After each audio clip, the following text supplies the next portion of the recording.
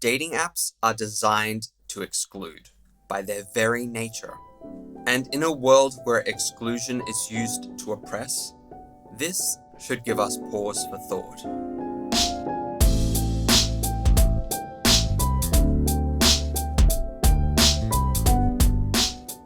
Services like Grindr, Scruff, and Tinder encourage users to apply filters. This allows us to screen out people on the basis of factors such as race. How we screen is often the result of existing hierarchies of desirability.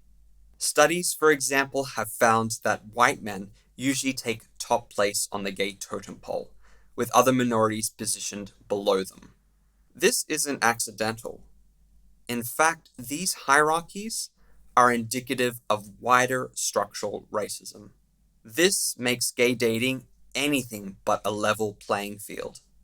Excluding someone on the basis of their race might be described as a preference, but really this is a textbook definition of prejudice.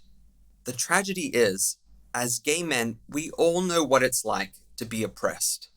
Surely we should be capable of empathizing with other minority groups, rather than actively contributing to their oppression. The killing of George Floyd in 2020 sparked a groundswell of support for the anti-racism movement. As Black Lives Matter protests rocked the globe, dating services that had endorsed exclusion-based dating appeared to change their tune.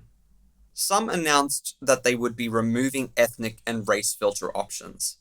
Others declined, citing the existing reason for preference filters, namely, maximizing user choice. These changes could be taken as a mark of progress, but they may have also just been virtue signaling. When the powers that be make a concession to the oppressed, it's usually because their interests have converged.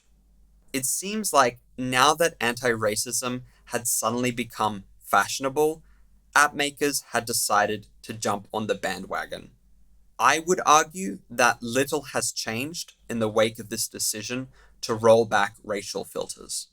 Identity-based pecking orders on these apps remain as entrenched as ever. The popularity of dating apps comes down to the fact that they promise greater ease and convenience. Then there's the fact that they're also quite fun to use, given their gamified design. Exclusion-based dating continues to exist only because this design reinforces it. Let's start with the fact that if you're ever going to sort through all the candidates available, you have to apply filters.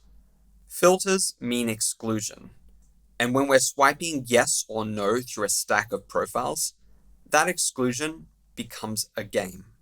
The more we play this game, the more automatic it becomes, until responding with a no is a mere reflex. These apps reward our behavior using instant notifications.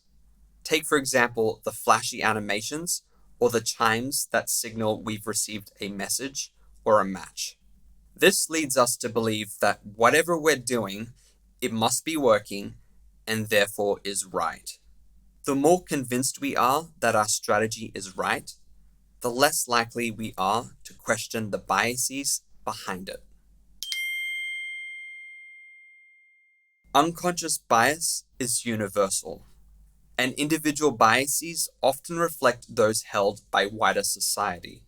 Hence why I said earlier that racism on dating apps mirrors widespread systemic racism. Left unchallenged, biases color our perception of the world and fuel prejudices such as ableism, ageism, classism, ethnocentrism, heterosexism, transphobia, and sexism. The first step to overcoming biases is awareness. This is where undertaking a free online implicit bias test can help. The second step is introducing information that directly conflicts with our automatic patterns of thinking about a particular group. Consider writing a letter to yourself, exploring the reasoning behind a specific bias or prejudice. Describe the experiences that may have given rise to it. Look for flaws or contradictions in your biased belief system. Weigh your dating preferences against your values. Do the two align? And if not, what are you willing to do to address this? Revising any attitude, belief, or response requires mental effort. This runs counter to dating apps, which encourage us to suspend intention, attention, and effort, rewarding us when we fall into line. Without self-reflection, we are at the mercy of our worst instincts. Only by improving our awareness about our biases can we escape the toxic hold of exclusion-based dating.